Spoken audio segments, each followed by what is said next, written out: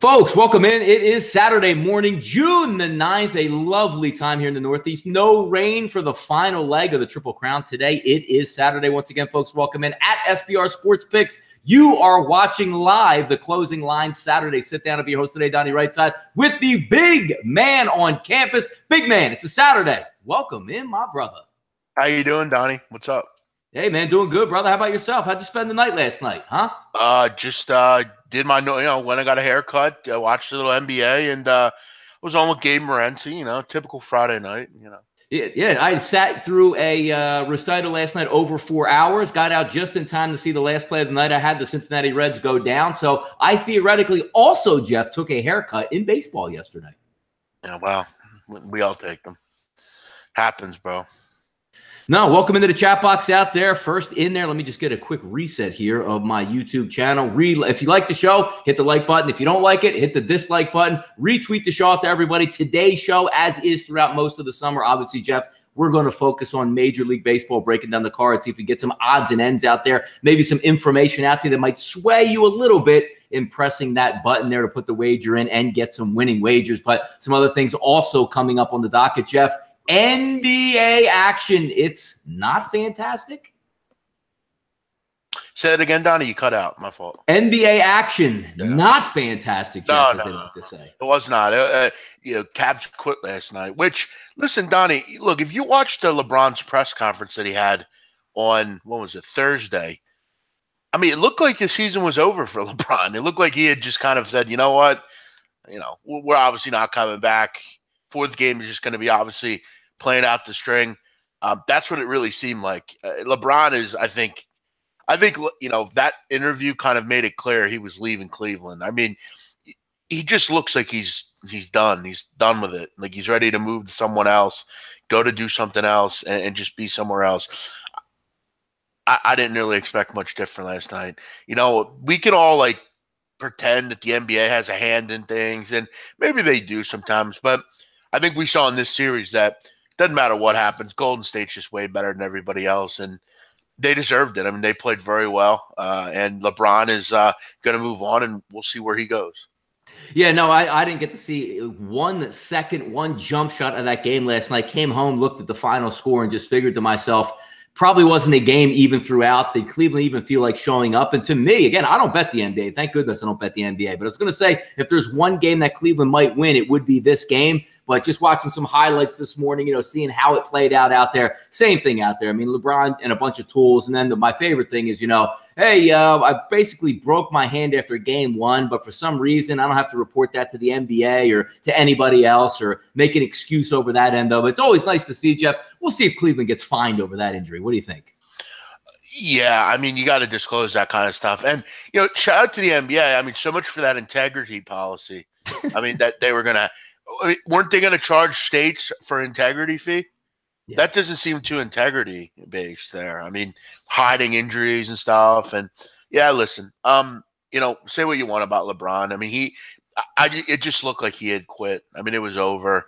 I think he was kind of like John, Donnie, when you have a job and you're going to another job, or what he seemed like, Donnie? He seemed like a guy that had just won the lottery that was about to quit his job. Yeah, when folks out there that actually work a real job, like a 9-to-5, Jeff, you ever walk in your 9-to-5 and be like, you know what? Put my 2 weeks in today.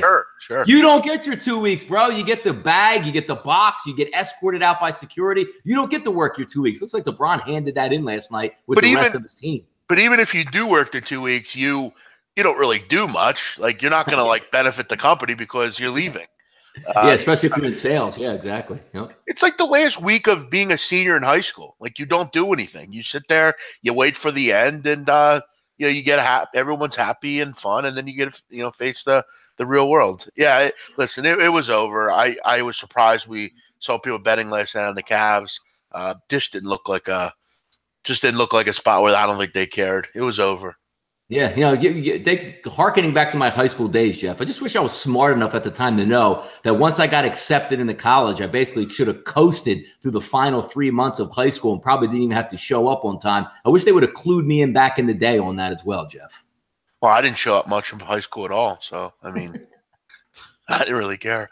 But yep, we'll see what's up here in baseball today. Big card, and you got the horse race today.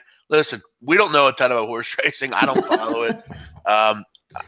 You know, I guess there's a horse with the Triple Crown, which is cool, but I could care less, really.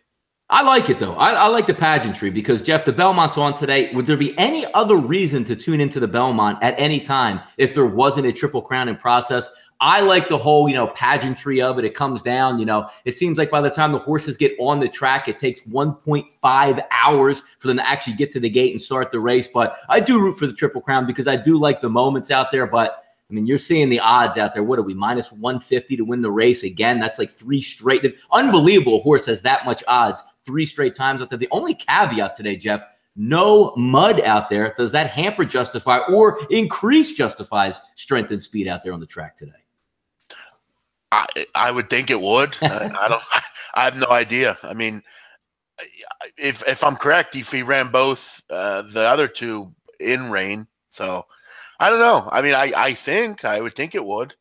I actually heard Bob Baffert on with Mike Francesa, and he was talking about how Mike asked him if he felt, because American Pharoah was his horse that won the Triple Crown. He asked him, how do you feel? Do you feel like you felt with American Pharoah? He goes, yeah, we feel very confident that he's going to go out and race and do his thing. But look, I don't know. I kind of just, go to the people that do know about this kind of stuff. But I would think it would help him, but who knows? Yeah, and just to finally touch on that, so I think that what's that race get under, like 6:30? I mean, they start these races really late, which, for good reason. You want to build up the pageantry and you want to get prime time coverage on the West Coast. I get all that. So we'll be interested to see how that horse race does turn out, Jeff. But flipping the page over back to the NBA real quickly on that, the summer of LeBron has started. Let the speculation begin. All his people, as somebody in Lower Merion High School, as somebody, out at Episcopal, as somebody out on the West Coast in Brentwood. I just saw LeBron, get a brand new door on his Brentwood mansion. That means he's coming here for good. So it's going to be a fun 3.5 weeks, or it could be a detrimental 3.5 weeks, depending, Jeff, on where you want LeBron to go. Yeah. I think from what I've seen, I don't think he's going to come to Philly. I think I want him. We all want him to, but I have a weird feeling he's going to just, like everyone else, just go to some big time team, and it'll probably be Houston, I'm sure. I mean, we don't ever get lucky like that, Donnie. I don't think he's going out west because, LeBron's looking at, legacy wise, he has 6 losses there, but you can always hang your hat on continually getting to the finals and setting a record that might never be broken there. I just can't see him going out west and, fighting tooth and nail to go up against Golden State. We always said it time and time again, Jeff. The easiest path to a world championship in the NBA is to try to avoid Golden State until the very last game. You can avoid Golden State. Yeah, and Anthony Sarro, who's like a fly. This guy never goes away with this LeBron shit. Yes, he is still the greatest of all time. Yes, Anthony, he is. Quit that. This guy, literally is always DMing me about this. Yeah, dude. I'm not going to not like LeBron because he had a game or two that didn't play well in. Give it up, man. He doesn't have anybody around him. I'm sick of hearing about how LeBron choked. And LeBron's the only reason they're in the finals. Without LeBron, they'd be a fucking 20-win team, man. You get out of here with that. Yeah, no, and the only thing I would agree with LeBron going to the West, Jeff, is if he did join the Golden State Warriors. Otherwise, it's a fruitless effort. You're going to LA to play with that bum team out there. You get waxed by Golden State. You're going to end up going down to Houston, who Chris Paul is going to want a super max deal out there, or Chris Paul is going to go with him to LA. It doesn't even make sense because you're just going to get waxed by Golden State anyway out there. Exactly. Yep. All right, Jeff, we'll keep it moving on here. And again, it is Saturday. It's nice, Jeff. We're not under that time constrict. We're not going to get a 10 or a 11:55 email that says we must be off the air in just a few moments here, so we can go a little bit over. But full baseball card on the radar today, Jeff. We'll see if we can dig in and some interesting stuff today because usually, we don't get a game till maybe 1:30, 2:30 or so on a Saturday, Jeff. We get one right off the bat at high noon down in Washington, 901, 902. It's going to be Rodriguez and Gonzalez on the mound, Jeff. And if I had any, props on here, maybe sirens going off, or how the DJ always hits the wah, wah, wah, wah. You have Gio Gonzalez on the mound today, Jeff. He didn't open at 120. He didn't open at 130. He didn't open at 140. He didn't open at 140 and crash down to 110 because everyone wants to fade him, Jeff. Opens up at 165 at Pinnacle, 170 at Chris, now sitting at mid-180s across the board. Some interesting notes here if you're looking at the Nationals as a squad today. Welcome back Adam Eaton in the leadoff spot. So you got Eaton, Turner, and Harper, followed by Rendon. A nice 4 spot to start your day. The only problem is if you're going to try to cap this game, you want to see what you're going to get out of the young kid Rodriguez at this point, being on the road. Nice win, a nice heavy underdog priced win yesterday for the San Francisco Giants. We'll see if they can pull it off again. But, Jeff, I'm really not in this business to bet 185s out there. But also, I mean, still people don't trust Gio. But today, looks like they trust him. Look, for me, it's not much trusting Gio. I generally like Gio Gonzalez. I always have. I think he's an underrated pitcher for sure. But I don't trust their offense. That's going to be their question going forward. Can they hit enough? I mean, they're only hitting 236 on the season as a whole. You look at the latest week or so, only hitting 194. They've won low-scoring games. Derek Rodriguez, son of Pudge Rodriguez, had a nice start in his first outing against the Phillies. Only gave up a run over 6 innings. Was very good in that game. Got a lot of offensive run support there. But, Donnie, for me, I'm going to probably look under the number here. Gio obviously is a guy that generally stays low. I don't really know why this total is 9. I mean, why is a total with the Washington Nationals 9? I mean, that Washington can't hit. This Derek Rodriguez kid has been, he got a nice game in his first outing. I know it's not much to go off of, but anytime I get Gio in a game, Giants, only hitting about 245 against lefties, I would go under the number in this game. I can see your point in that, but I mean, you're getting out there now. Both teams finally getting healthy at the plate, putting out 2 lineups out there. The one interesting thing is you're going to force Gio, Jeff, probably to take a couple extra innings, maybe if he goes 6 innings and he's worn out. Because if you remember last night, Strasburg goes out early, turned into a bullpen game. Maybe they don't want to max out that bullpen again. And if he's getting hit up a little bit tired, Jeff, maybe he goes an extra batter or 2 that gets him in trouble. But I agree. If you look at the lineup, both lineups look decent. Then you travel down to that 8-hole hitter, Jeff, for the Washington Nationals, and you come up with Spencer Keyboom. So anytime Keyboom is in the lineup, it's like having a few pitchers hitting at the plate. I like your look on the under on that case, Jeff. Yeah. I'm all over that one. Keep it moving. Last night, small dog coming into the game. Ulysses Chaseen and the Milwaukee Brewers ended the night quickly for the Phillies. One of the games I saw when I got out of my recital there was like 11-1 in the 7th inning, and it looked like they piled early on and often. Ryan Braun going yard early in that ball game. If we take a look today, Suter, the lefty, is going to be on the mound versus Arrieta, who's been very good at home. Suter's going to give you what he gives you, Jeff. 5-6 innings, 1-2, maybe 3-run ball out there, keep you in the game. And again, when you are with the Milwaukee Brewers, Jeff, we always like to say, look, if you can get through the 5th inning, give up 1 or 2 runs, you hand it off to that bullpen, you're probably in pretty good shape. Welcome back Rhys Hoskins to the Philadelphia Phillies, a much-needed Rhys Hoskins, if he can come back rejuvenated in the 2-hole today for the Phillies. The problem isn't so much, Jeff, Jake Arrieta getting a good outing out of Jake Arrieta, even though he did give up 5 runs last time in his outing versus the Giants. It's can the Phillies hit? Can they do anything? You can load the bases with the Phillies, Jeff, and I'm not even sure they can score a run. No, I mean they're only hitting 234 against lefties. This has been a bad offense for a long time. I mean they've really not gotten any sort of consistency in that offense other than right at the beginning of the year. We've also talked about their inability, Donnie, to play well defensively. They give up a lot of errors. You look at last night, one of them in right field should have been an easy catch for I think it was Nick Williams. I mean, he just over pursues or under pursues, and it was like a 3-run double. Just little things like that. Milwaukee has the edge in the bullpen. Both these teams have pretty good bullpens, frankly, Donnie. It's a tough one. I mean, I like Arrieta, but I love Milwaukee. So this is kind of a pass for me. I don't see much of a betting angle here. If anything, maybe if this was a 9, maybe I'd go under, but I would pass on this one. But yeah, you're right. It looks like, sitting at 8 sounds about right there because I think Arrieta is going to turn in a good performance. But again, you're playing in a little bandbox in Philadelphia. You're going to have 2 good-looking lineups out there. Even though the Phillies can't hit, the lineup does look decent today. We know if you can get hot with Milwaukee, they can hit. But Arrieta has been great at home to start out the season. So we'll see what takes place in that one. Jeff, 905, 906. We'll keep moving down the list. It is Pittsburgh and the Chicago Cubs, Jeff. Kingham's on the mound versus Lester. Lester, Jeff, 11 innings this year versus the Pittsburgh Pirates, 8 earned runs. seemingly one team that he can't shake at this point. They'll stack some right-handed bats against him. If we take a look at the opening lines, Jeff, 190-200. That's sunken back to 165. Bet online even showing a minus 160 on the board. You got the young kid. He's talented kingdom, but he's going on the road here. Always like to have those young pitchers typically, Jeff, at home in less of a hitter's ballpark like PNC Park is, as opposed to what Chicago is. I actually didn't get a look at what the weather conditions would be, but if we're showing a 7.5, wind must be blowing in heavy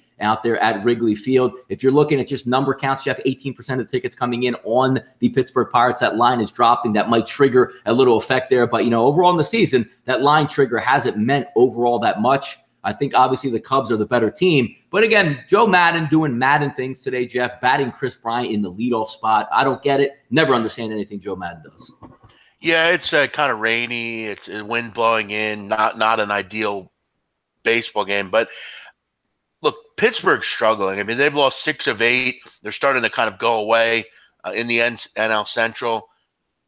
They're not hitting, which is pretty interesting because back when they didn't have Marte in the lineup, they were hitting, and now all of a sudden they're not. But, and you look at, on the other hand, Cubs have won 7 of 8.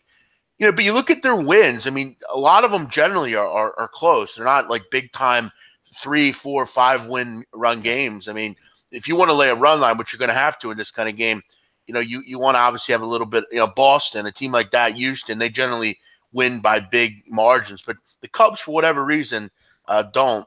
However, they're hitting well right now.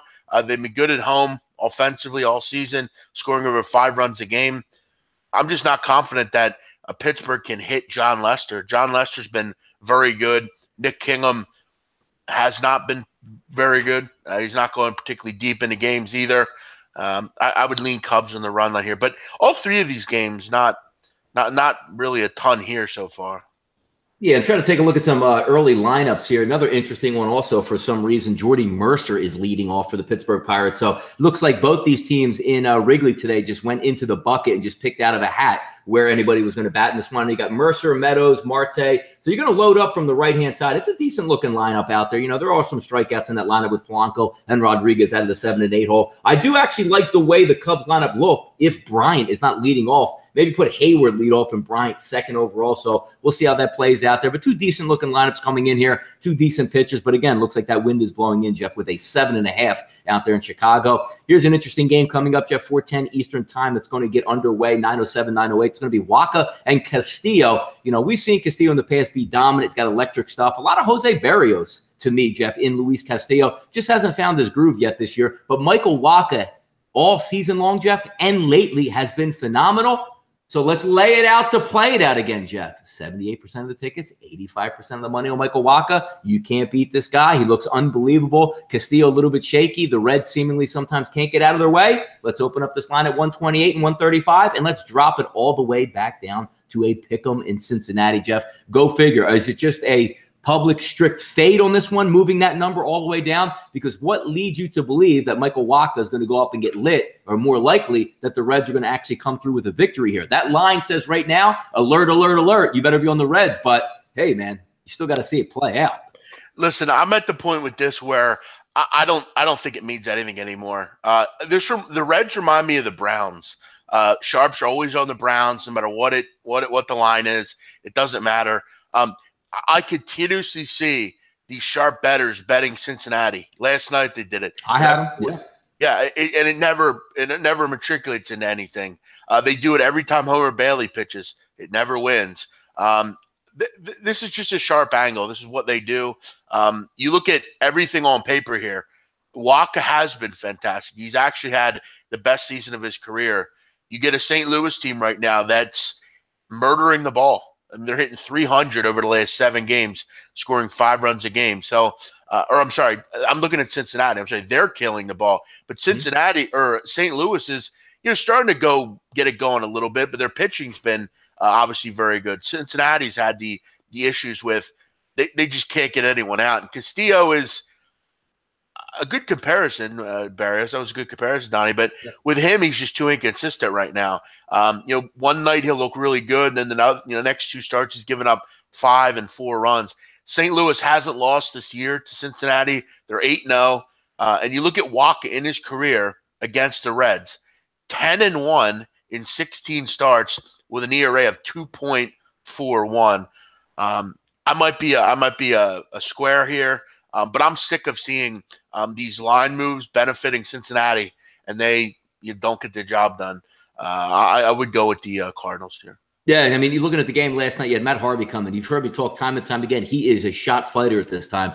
But looking at the overall lineup yesterday, only stacking 3 lefties against Matt Harvey overall, figured he could fight through 5 innings, 3 earned runs, but he did his normal 5 innings, 5 earned runs. And yes, they even came all the way back to tie that game up. Couldn't get any runners in scoring position to get to the plate, 12 or 13 runners left on base. But that's what bad baseball teams do. You have a chance to wrap it up 6-6. You get a line drive to first base, which doesn't drive the run home. And then you bring in Iglesias, the closer in the 10th, who's a really good pitcher. He gives up a single to let that get away at 7-6. And then again, Jeff, they also had another. And here's another point in that game last night, which you always do funny things. You pull Joey Votto in a tie game because you want a quicker run around the base pass. Who struck out to end the game, Jeff, last night with the man on second? Joey Votto's spot in the lineup. So comes back to bite you one way or another when you're a bad baseball team. But it is an interesting one, Jeff. You're right. Like, just looking at the line, you say, you know what, Cincinnati can swing their way to a win, but Waka's been so good out there that are you just saying he's going on the road and eventually he's going to give up runs, Jeff?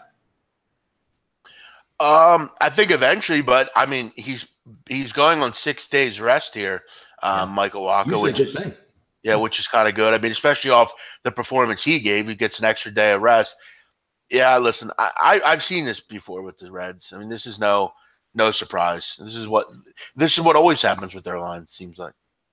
Jeff, yesterday, Caleb Smith pulls out a nice 4-0 victory over the Padres there. I know a lot of people were looking at that lineup saying, you know what, the Marlins are, minus 135, minus 140 at game time or throughout the day yesterday. Let me just take the Padres in that instance. He pitched very well at home yesterday. Good win for the Marlins. They'll come back today with Ross and Straley on the mound. Rotation number 909, 910, 76% of the public, Jeff, lining up on the road team here. The Padres to get after the Marlins. Line opened up roughly about a pick 'em, 104, 110. But now you're seeing that money pile up on San Diego and also the line going along with it, Jeff. Minus 115, minus 120s out there. 2 decent pitchers based on the numbers. Ross has always had the talent, just seemingly can't put it together for a full season here. Today would be the spot against, a Marlins lineup in that huge cavernous ballpark. Straley, to me, has been a little bit of smoke and mirrors out there. One game looks like he gets blown away. The next game he pitches a decent one here. We'll see what takes place down in South Florida. But if we take a look at the over-under in this game, Jeff, 7.5 across the board. It's a tough ballpark to score runs in, man.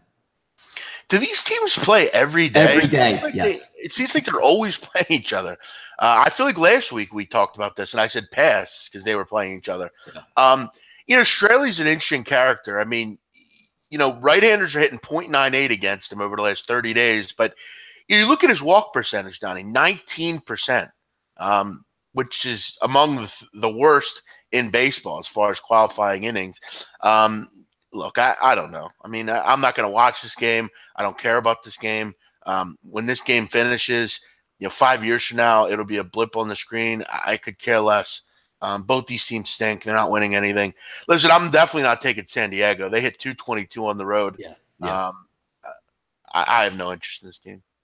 Next up, Jeff, good reason here. Over under sitting at 12.5 across the board. And why not? It just seems like every single time, Jeff, we check in on Coors Field, that game is going like a football game, 12, 13, 14, 15 runs at a time. And what's going to stop them again today? You like to move for John Jay out there to get arrows to Arizona. Now it looks like their lineup starting to wake up a little bit, hit a little bit. And it's a great place to wake up and hit, being in Colorado. Taking a look at some of the numbers today, Jeff, 61% are backing Bettis. I like Bettis as a pitcher overall. I like him a little bit better on the road just because of the fact you're out of Coors. But he gets lit up at home, typically at Coors, that. But again, Jeff, 5 innings, 5 earned runs. That's really like the norm going to Colorado if you are a starting pitcher. Coke has been decent, but again, you're going to take him out of the big humidor and put him up in the heat cooker, so to speak, up at Coors. If we take a look at some of the numbers out there, again, we said 61% of the early numbers coming in on Colorado. Opened up at 140 at Pinnacle, Jeff, 160 at Chris. That's backtracked down to about the mid-130s, around 138. But as he said, again, 12.5. Everything usually does have to go right to hit that 12.5 number. But at Coors, it's just a coin flip. You just have to get lucky if you're a pitcher, hit the ball where they are as opposed to where they aren't up there. I'm not involved in Coors Field. I don't know how anybody caps most games at Coors Field as it is, Jeff. It's going to be in the 90s at game time, Donnie. Oh, goodness. But you look at it's interesting. By 10 o'clock, it's down into the 70s. So, also keep in mind, humidity is very low in Denver. So, it's going to be hot, but it's not like humid. It's never humid out there though, Colorado typically. Right.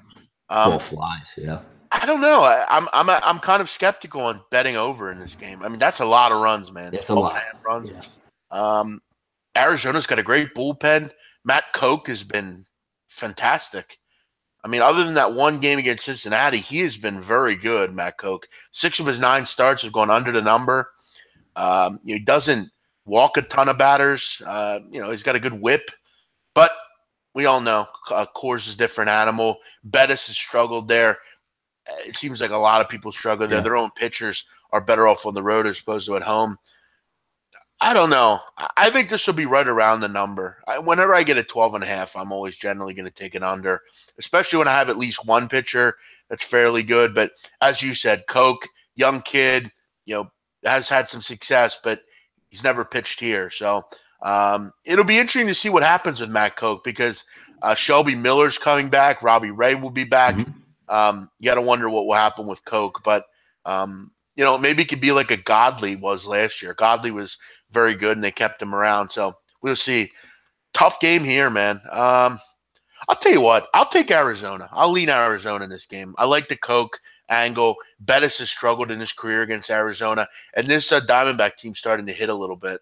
I'll lean Arizona here. Yeah, take a dog out there. I mean, again, it's Colorado, so you're always interesting what you're going to get. Even good pitchers. I mean, Kershaw goes up there, has a struggles. Greinke's a very good pitcher, Jeff. Struggled again last night. It's just what it is. And from the time that you were saying, a little bit of injuries, pop up for the Diamondbacks, they're starting to get a little bit healthy. But the same thing for the Rockies, Jeff. Getting back to Rockies baseball, what I mean by that, lineup looks good. LeMahieu, Blackmon, Arenado, Gonzalez, Story, Parra, Desmond, and Iannetta expected in the lineup today. 1 through 8, Jeff. You don't get any time off. And again, you're in those Coors Field conditions out there.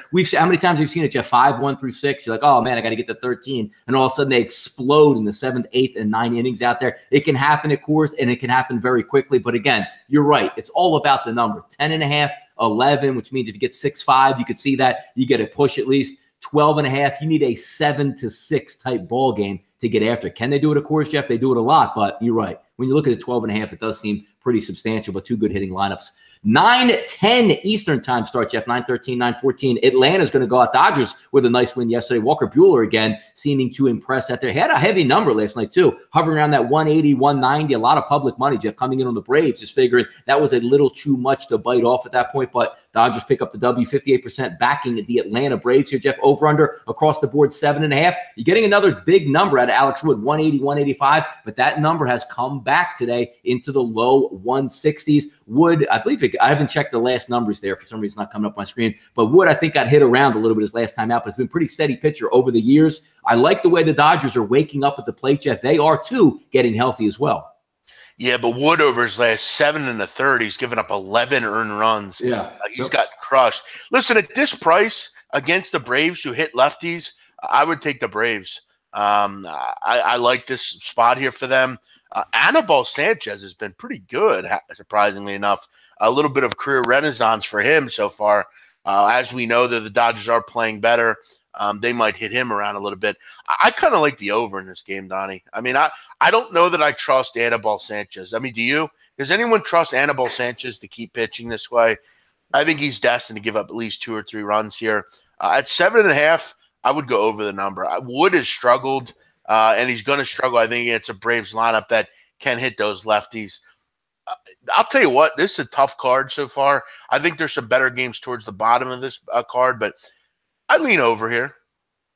Yeah, no, when you look at, I think a little bit of a sting has been taken out of that Atlanta Braves lineup for me because I know Acuna's been out, but, Dansby Swanson and, hitting the 2-hole, and then you got Camargo at the end and Culberson, just that whole lineup that just had that pop 1 through 8 now seems to be shifting around a little bit there. And I like the way that the Dodgers look, injured, who knows what Kershaw is going to come back, but that lineup's waking. It's always been talented, Jeff. We can agree. It looks like it's finally waking up a little bit, but you're right. You're looking at big numbers now with Alex Wood out there who has been hit and been hit around the past couple innings. So it's one or another. But if you're leaning on a play, I think the Dodgers are overall the better team. But you're right. It's going to be a price point in this one that you're going to want to try to get after. It's always tough, Jeff, to me, to back a pitcher that's extremely struggling out there and hanging. Like if Alex Wood was getting plus 110 here, are we arguing? No. But Alex Wood's going to be laying almost 2-1 here.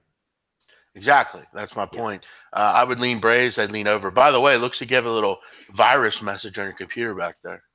What do we got here? It says I'm protected, Jeff. So that means winners all around today. Okay. All right, we'll knock that off, and we will get back to it here. Let's go, Jeff. Baltimore and Toronto. That heavy payroll Baltimore offense, Jeff, continues to click, right? Getting shut down again yesterday. If we take a look, 9-15, 9-16, Gausman and Sanchez on the mound. 60% are going to back the home team. The Toronto Blue Jays, that line opens you up, Jeff, 143, 150, all the way back down to a pick-em here. And Gausman hasn't been pitching that very well lately. The Orioles aren't hitting that well lately, but yet you see a 40 to 45% drop in that overall line. What gives in this one, Jeff? Are the Sharps all in Baltimore because they're going to get base hits today all of a sudden? Last 8 innings for Kevin Gausman. He's given up, what was it here? 12 runs, 15 hits, 3 home runs. Yeah, look, I will never back Baltimore again. I will never do it. After that little stump the other night, I will never do it. They're not hitting right now. This team is absolutely disgusting at the plate. Other than Manny Machado, there is just not much to like here with this team. Kevin Gausman's had major issues. And look, I definitely trust Aaron Sanchez a little bit more than I trust Gausman. Problem with Sanchez has been the walks. He just can't keep the walks down. But, overall, you look at against Aaron Sanchez, the only one with real success against him has been fucking Chris Davis. And we know he's not going to do anything today. So Manny Machado only hitting 188 against Sanchez. That's enough for me.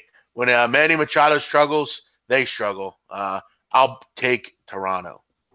No, yeah, I hear you now. And it's a shame, Jeff. You can't roll back the clock. Like if you go back 2 years, you're like, oh, Mancini, Jones, Machado, Scope, Trumbo, Davis, Valencia. Boy, they're going to put it on Toronto today. It's amazing what a couple years and a couple $100 million extra dollars on your payroll will do to a team. It's Machado or nothing on the team, Jeff. Literally, if you just gave him the Barry Bonds treatment, who is damaging you on that team? With Trumbo, Jeff, I would like you to get on the mound because you know what I would do? I would come out as a catcher and we would use one of our meetings on the mound, even though we only get 5 of them. I say, Jeff, you know what? Doesn't matter how hard you throw the ball over the plate, but up around his helmet and watch him swing 3 straight times, and we'll go back to the dugout. There's no end in sight for Baltimore here. I don't know. Maybe today, Jeff, they crack it out and they get 7, 8 runs and, everything's fine. Remember a couple weeks ago, Jeff, one of those homestands are putting up 15, 16 runs. What happened to that team? It was just lucky, I guess. Yeah. Donnie, give me say Nick Velisic's question there. Wait, let me see. Where is it? Let me get it here. Big man, any thoughts on Cork City today, Jeff? Go ahead. I just wanted to hear you say Cork City. Let me ask you, Donnie, where's Cork City? I'm gonna now see. I'm looking I'm knowing it's probably in somewhere in that Ireland area. Is that correct? Wow, you're right. There you go. Good. You know, I know that because I know you talk a lot about that because your squad is from Ireland. So I just figured Cork was somewhere in that area of your. They're from Scotland, but they are an Irish guy. Yes. Close. That was close. You're right. Listen, Sligo Rovers suck. They're one of the worst teams in this division. I got to see the line. I haven't looked at it yet. They're on the road. Yeah, listen, they should win. Maybe we may lay the -1. They should get the job done. Sligo Rovers are bad. So, yeah, I kind of got my winner yesterday in Ireland. I don't like to go too crazy in it just because it is a very odd division. And, I've had a kind of craziness with it lately. But they should get the job done today. Sure. Next game up, Jeff, 9-17, 9-18, the Angels and the Minnesota Twins, Skaggs and Gibson. If you're not watching here, 2 pitchers that fly under. I know Skaggs has struggled a little bit there, but his road numbers are good. If you're just looking at ERA under 3, and then if you're looking at Gibson at home, 5.28, but overall, he's been a decent pitcher, much, much better than what he has in the past. I saw some numbers come up last night, Jeff. His slider is, I believe, second in baseball, is the second best pitch in baseball to get players out on the opposing team out there. So he does have some stuff, likes to keep the ball down. He can give up a homer or two. Obviously, if that sinker does come up, it's going to get knocked out of the yard. But let's take a look at some numbers today, Jeff. 57% are going to back the Angels. They won last night 4-2. I know that was one of those hot spots to take a sharp play on the Twins yesterday, but that one fell apart late in that one also. Opened up, Jeff. Looks like right around a pick 'em. It's staying at that level. -114 at Chris if you're going to bet the hometown Twins in this one. So a decent number across the board. Looks like we got, 8.5 showing up. Opened up at 9, so a little bit coming down in that environment. But two pitchers, Jeff, that really fly under most people's radar here. Yeah, I'll tell you what. I really like the Angels in this game. This is a game that I'm definitely interested in. I like this price. I'm getting a Minnesota team that has been disastrous against lefties this year, just hitting 222 on the season, a 295 on base percentage, just really struggling against left-handed pitchers. And Tyler Skaggs has been very good. You look at in his road starts, 3-1 in 6 games. He's got an ERA under 3, whip's only at 1.15. And for whatever reason, Donnie, Kyle Gibson struggled a bit at home. You look at his home numbers are a little bit kind of bloated. He's not going deep into games, only about 5 1/3. I like Skaggs. He's a bet on pitcher for me. I like that lineup that this Angel team has. I think this is a good spot to grab Skaggs against a team that really struggles to hit against left-handed pitchers. I would go with the Halos here.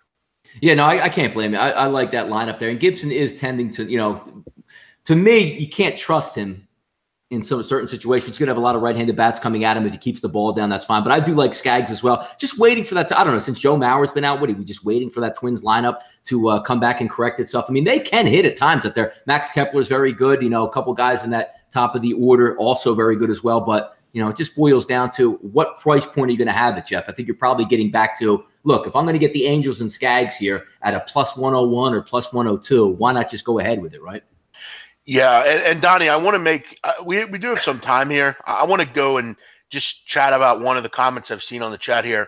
And I want to make this very clear. I'm not telling anyone how to bet. I'll never tell you. I'm only giving you advice. If you want to listen and take it, I think Donnie will give the same advice. It's strictly advice. I've been on Twitter a long time. Donnie has been also. I've been on Twitter since 2009. I've seen people come and go. One thing I have seen, I've never seen anyone that has been a successful bettor betting parlays. It just doesn't happen. And I liken it to when I was younger. I worked at this convenience store. And I remember all these people would come in, these older people, they'd come in and they spend hundreds of dollars a week on lottery tickets. And they wouldn't win. But once in a while, they would win. And they'd win $100 or they'd win a couple $100, and they'd come in and they say, "Jeff, I won." I said, "That's great." I'm thinking in my head, but you spent $500 to win that 100. I think we're blinded a lot by parlays and what they can be and what, look, they're great, especially if you could find, I've talked about parlays in the World Cup, parlaying groups and things like that, where you have a high likelihood of them coming in, but it's hard to win one game in baseball, let alone 5, 6, 7 games. It's just a losing proposition to me. And I think the problem that gambling has for a lot of people is you usually will do good initially. It'll grab you and pull you in, and you'll win $4,000, $5,000, $6,000 on parlays. But that $25, that $20 you're putting on parlays, it adds up, man. It adds up over the years. And it's just not a winning proposition to me, frankly. But listen, I wish you luck. I just don't think it's a winning proposition. And like I said, I don't think I've ever seen anyone stick around long that bets that way. Jeff, so you're telling me today the Boston Red Sox parlay, including Justify, is not a good look out there, is what you're saying? Listen, may it win? Sure. But I'm not really keen on doing that kind of stuff. No, I hear you, man. Yeah, we always you're right. The old adage is if we can make another shirt up, Jeff, for the right side of campus, it would say, it's hard enough just to win one game, let alone two, and tie it in. And again, like, I'm really not being arrogant here. I'm just trying to be honest. I've done this a long time, and I don't see, like, all the parlay people, they're always good at parlays. They never lose in parlays. And it's like, you do lose. Like, you can't win. It's a proven fact. Ask anyone. Ask Teddy. Ask all these guys that have been in the business even longer than I have, out in Vegas stuff. They'll tell you the same thing. Known bets like that.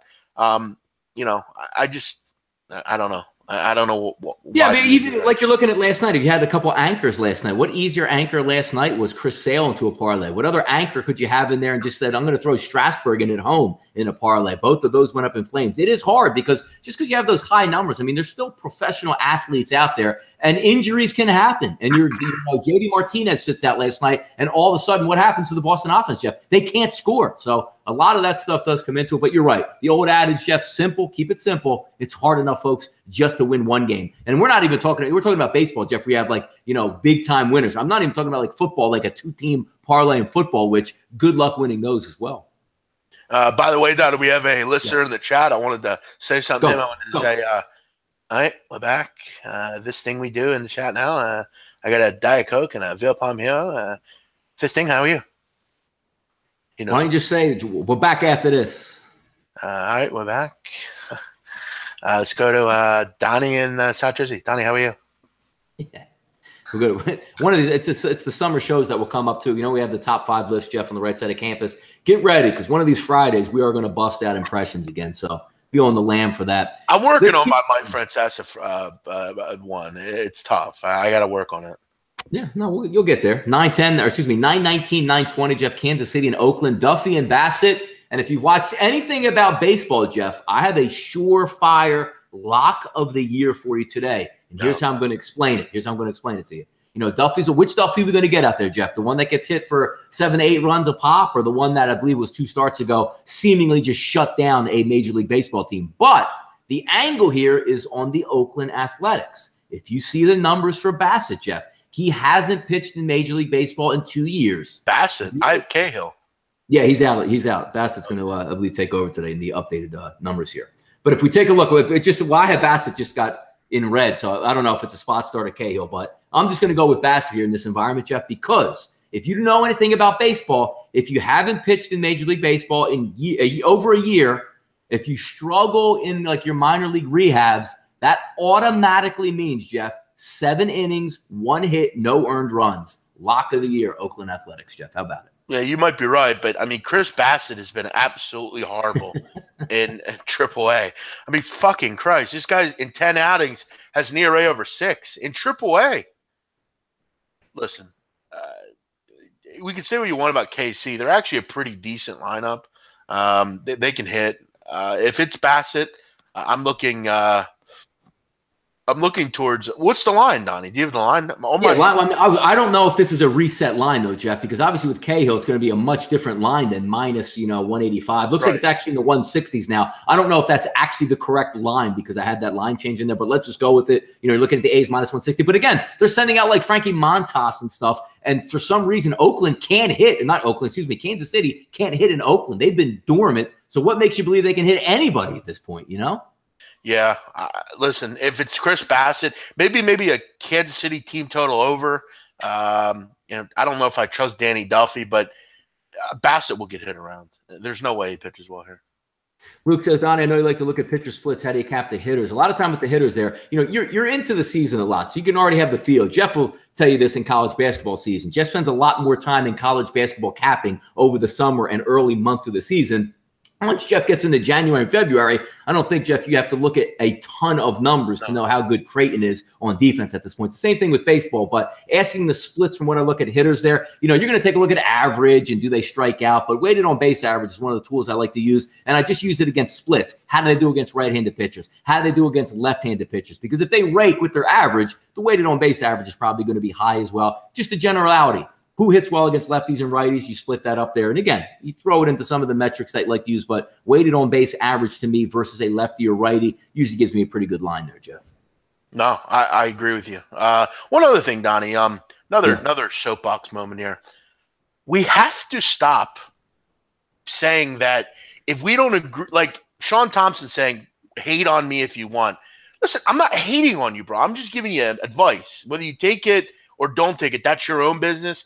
Just because I don't agree with you doesn't mean I'm hating on you. Like Will Selachek says, we're just offering you advice.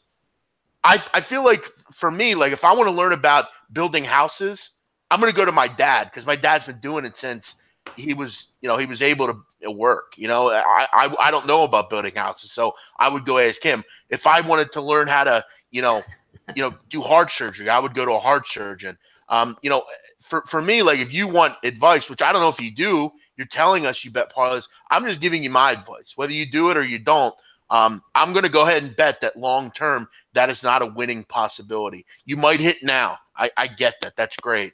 But I've never come across someone in this business that bets parlays and wins. So Jeff, what you're actually saying is if you're hanging sheetrock in your basement and your dad's been doing it 30 years, comes down, tells you're not really doing that right, do you call your father a hater at that point? Right. I mean, Sean, you can't be serious with these comments. On a full rack of baseball, there are so many angles if you're smart. Dude, Donnie Rightside, Sean, is one of the smartest people I've ever met.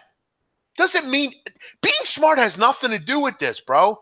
We're betting on baseball. It has nothing to do with being smart. Like honestly, would you like if you really break it down, Jeff, when you're looking at parlay in baseball, even if you take like 2 or 3 like minus 200s, if you cap it effectively, Jeff, right, why don't then you just take the minus 200 team and put the money down on it? Yeah. No, I mean, are you serious with this? Because you're smarter than everyone. That's how you win parlays. Oh, come on, man. I guarantee I have a higher IQ than you are. You do. And I don't hit parlays regularly. I mean, I have 136 IQ. It was tested when I was a kid. I guarantee just because you're smart doesn't mean that you're going to have so many angles you're going to be able to win in baseball. It's great that you're winning parlays, Sean. I'm just telling you, long term, I don't think it's a good idea. I'm only trying to help you here. Just like if you were an alcoholic, I would tell you, hey, listen, being an alcoholic, I mean, you probably don't want to do that any longer. It's not good. But I love alcohol, big man. I know it tastes good, but it's not good for you. It's going to hurt you down the road. Same with this. Yeah, no, there's a reason why, not too far south of us, Jeff, in Delaware for years got away with it. Sure. And they didn't even care about straight bets. They told you, you know what? You want to come down here and bet football? How about a 3-team parlay? People lined up at the doors. And I even saw it on Twitter, Jeff. There are other Twitter accounts claiming that they were banned from betting 3-team parlays at Delaware Park. Right. If that's not fucking proof, all you need to know. What's the capital of Iowa? Des Moines. Yeah, that's all. I mean, that's all you need to know. I mean, but I don't know. Listen, I've tried here. I wish him best of luck. Jeff, we got to get back. What was it? Was it beat the big man? Baffle the big man? We have to pull that back. That was back in our early infancy days here on the channel. Go ahead and fire, boys. For the late night on campus. Yeah, exactly. Go ahead and fire questions on World Capitals. I'll get everyone right.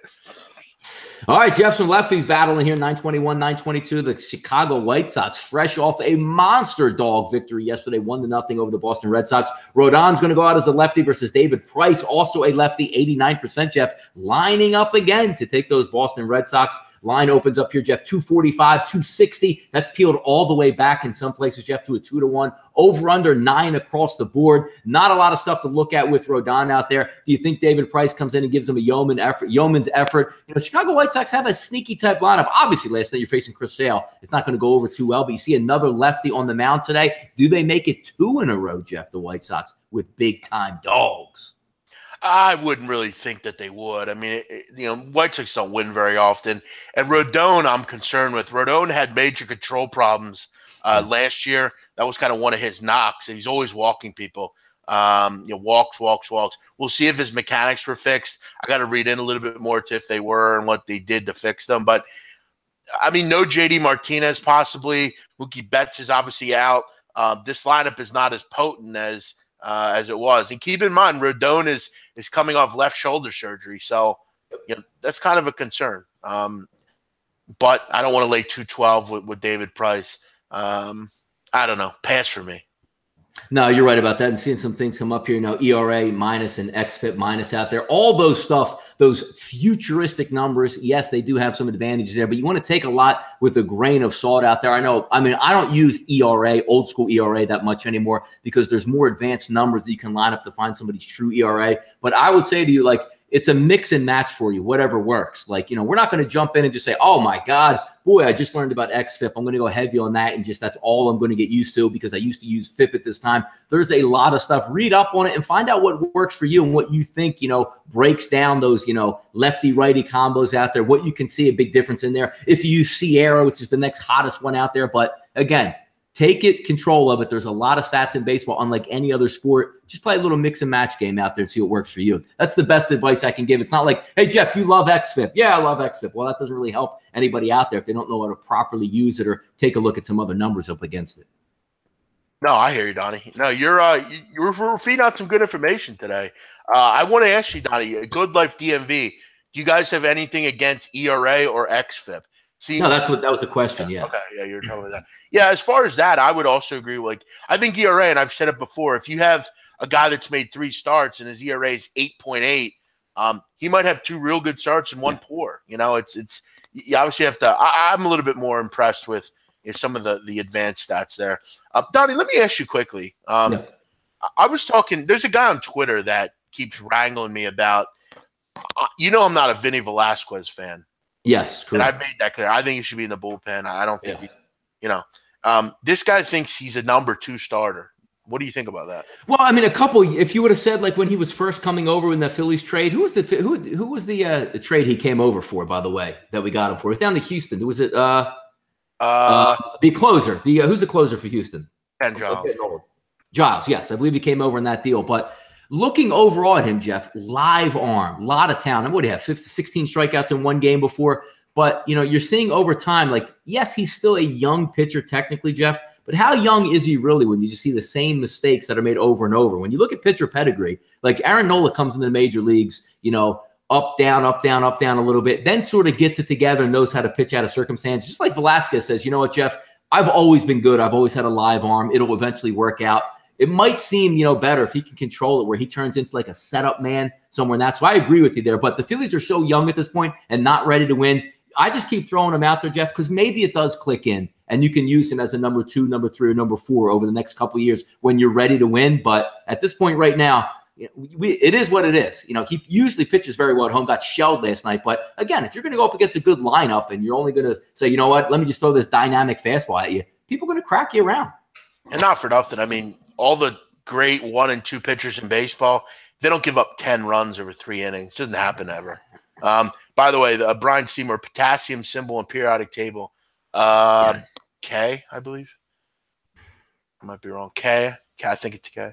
I think you might be right on that. Yeah, that's a little bit before my time back in the day. I came in before. Periodic table of elements, not your strong suit, huh?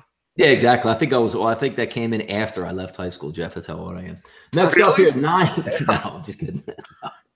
923, 924. Clevenger and Fires on the mound today. Cleveland going out with 67% of the early money here. 160, 165. They open up again. Jeff, 175. Next, you're going to play a price for Clevenger on the road. Fires gives you a yeoman effort, Jeff, 5 to 6 innings each time. But every time I watch him pitch, I'm just expecting him to get blown up. Not a guy I want to trust out there. And Jeff, you know as well as I do, when you're looking at Detroit, the first thing you look when you see a pitcher coming in versus Detroit, do they have the little parentheses with an L in the middle that says left-handed pitcher? That's not the case today. We'll see if it pertains, but number's too high for me to back Cleveland on the road in this one. I do like Detroit's overall hitting lineup, Jeff, but looking at this game, I'm probably going to pass on it, but I would think Cleveland would win this one.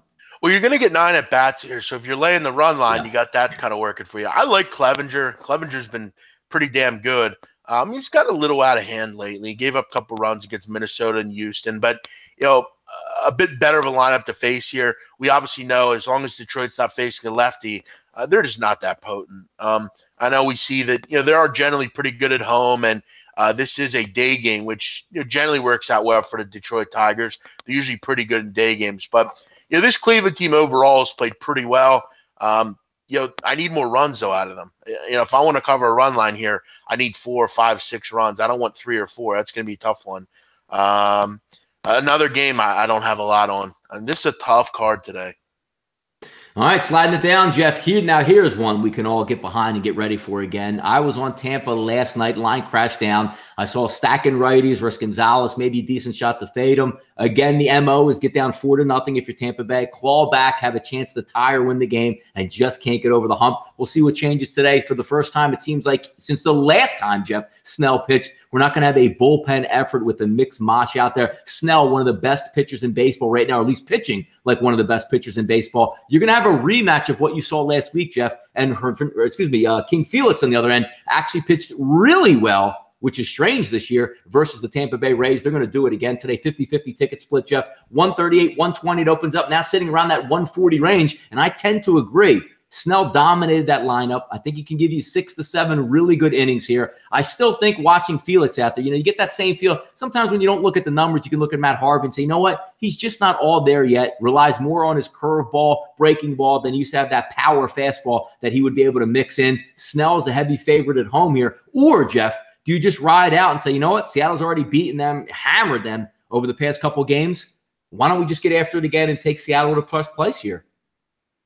Yeah, and I wouldn't blame you for it. I mean, Seattle is owned Tampa Bay over the last couple of years. Yep. I think they're 14-3 over the last 17 games. With this price with Seattle, it's hard not to take them here. They're very good against left-handed pitchers. They're hitting 264 on the season. This Tampa Bay team sucks. I mean, they've lost 7 in a row. They've been awful. And you look at that game against Seattle last time out. They just scored enough runs to get the job done. We remember Blake Snell had, I think, 12 strikeouts in that game. But, Donnie, there's something special about Felix Hernandez against this Tampa team. He just owns them. He threw a perfect game against them many years ago. He just had a lot of success there. 17 starts, an ERA under 2 in his career against Tampa, including an 8-inning yeoman's effort in the last time against them. Listen, at this price, I'm looking at Seattle. But it's interesting, Donnie. Last couple nights, the line kind of was weird. Now you get a team that's lost 2 in a row to Seattle and has no success against them, laying 140. Books love Blake Snell, I guess. I don't know. I guess that's just what it is. Blake Snell is on a 17 2/3 inning scoreless streak, though, so over his last 3. So that makes sense. What do we have here on a total? We have a 7 across the board, Jeff. Yeah, low. So low. I'm going against it. Give me King Felix here. Yeah, I mean, look, what do you expect to get out of it? You saw Snell in the last outing, Jeff, absolutely dominate Seattle, and they still lost that game. It's the same. Like, if you're going to have your pitcher go 6-7 innings, 12 Ks, give up a run, you're like, hey, look, that's a great outing. We're probably up 4 or 5 runs at this point versus King Felix, and you end up losing the game. So even though you're flipping back to Tropicana Field, the ball doesn't travel all that well down there. But, the hitting at the top of the line, Gene Segura is out of his mind. And it just gets back to baseball, Jeff. Take the analytics out of it.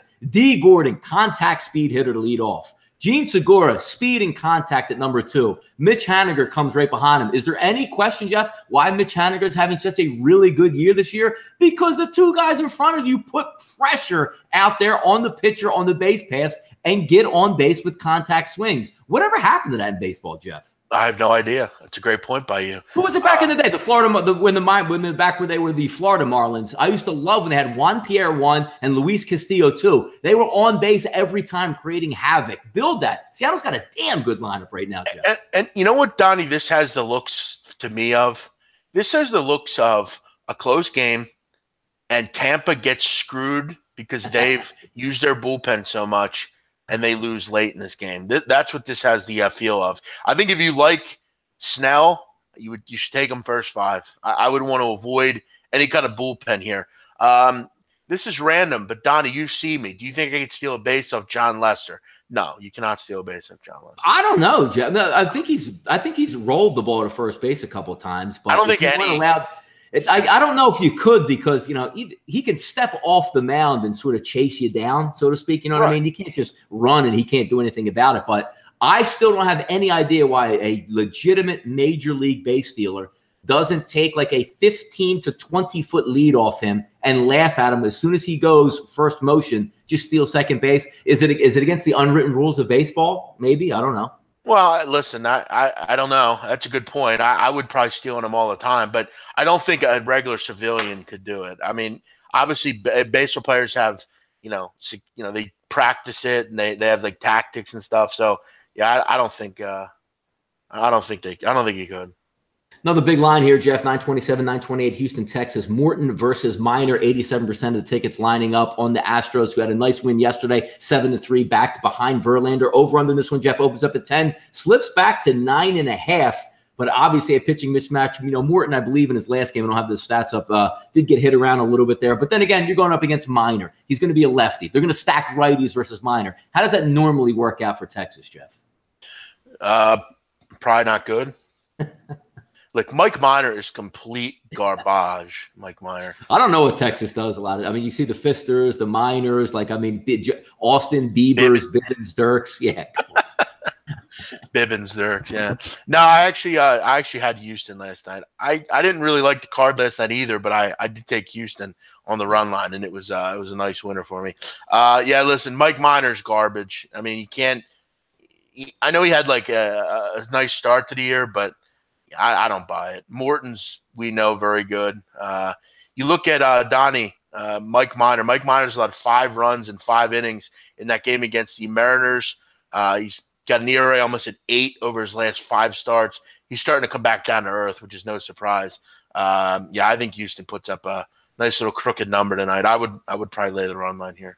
And last but not least, Jeff, 929, 930, the Subway Series, Mets and Yankees. If you listened to the show yesterday on the right side of campus, I came on and told you that the better bet would be DeGrom over the first 5 innings money line, which he did win. But for some reason, I didn't take that and took the full game with the New York Mets yesterday, which went up in flames. And no surprise, Nimmo leads off the game for the Mets, Jeff. 1-0 lead for the Mets. They hold that through. And the guy who I've been screaming about and laughing against the dollar store Mets is why Adrian Gonzalez is still on your team. There's 1 out in the 6th inning, and you let the pitcher get on base because of your laziness at first base. If there's 2 outs instead of a guy on, DeGrom gets out of that inning, and he's having a wonderful start. Obviously, I didn't watch the game, but when I was reading the highlights after and saw his pitch count at that point, he probably would have been able to go, Jeff, at least 8 innings in that game, maybe a different outcome. But it's the Mets. What are you going to say about it? It's just the Mets.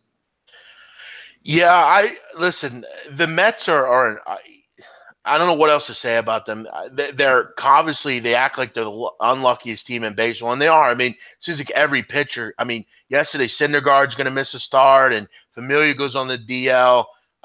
What's next, really? Yoenis Cespedes seems like he has no interest in playing baseball right now. Where the hell is he? Is he ever going to get back? I don't know what to say about the Mets. They're just a mess. There's a guy, Donnie, Frank the Tank, that I know. He kind of got famous off of a rant he made last year on the Mets. He discussed to me that he thought the Mets were worse than the Marlins lineup-wise, and I didn't see it initially, but this lineup is terrible. They just are. Domingo Germán has not been good for the Yankees, and look, with Tanaka going out now, you kind of need Germán to give you something here. If he can't pitch well against the Mets, I don't know who you can pitch well against.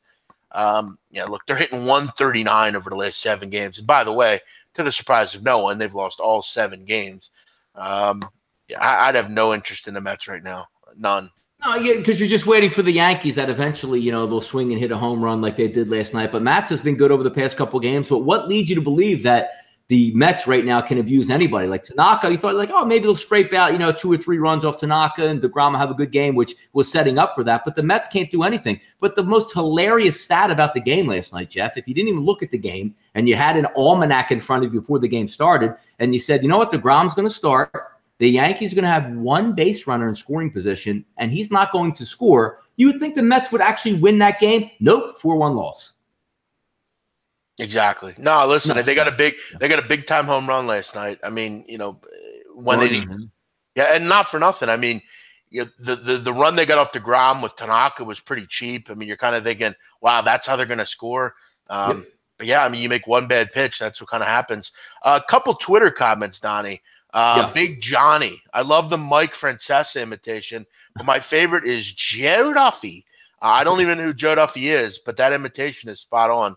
Well, so how do you know that the imitation is spot on if you don't even know who Joe Duffy is? Ooh, that's a good one, yeah. Eric Sompi chiming in. Please, you're not switching your game up or staying healthy for 10 games in a row or able to afford LeBron. You have no shooters. He's not going to Philly. First of all, we are able to afford LeBron, and you should do your research because Joel Embiid played 63 games last year. So I don't really know what you mean by that. Listen, we'll see what happens. Eric, I don't know if you know, but other than the Warriors and Rockets, do you know who's favored, Donnie, to win the NBA title next year? Your Philadelphia 76ers. Philadelphia 76ers. Which means they're actually favored, Jeff, to get to the final and win the Eastern Conference. Exactly. Pittsburgh Brew chiming in. Pittsburgh Brew, a good boxing capper, by the way. I did a video yesterday. Check that out with Andreas Hale. You got Joe Horn tonight, Jeff. I love it. No, I do not have Joe Horn. I have a Jeff Horn, by the way. I get it right. Exactly. Shows how much I know. I will say this. I think Jeff Horn's awkward style will bother Crawford for a little bit until he figures it out. But I would say, I think it still stays under 9.5. I would say sixth to eighth round on a little knockout there from Crawford. I also like Mares Santa Cruz. I like Santa Cruz to win by decision. And I also took Tyson Fury to win in round 1 and in round 2. So I'm hoping for an early knockout there from Tyson Fury, which it will be on as well. Big Man on 6 last week. What was that device they put on Michael's head in the interrogation room to make him scream like that? It's a listening device that they put on to people. It literally will. It basically blows your eardrums. Basically, it's a terrible noise that you have to listen to. It's an interrogation tactic that they use. CIA will use against different terrorists and stuff.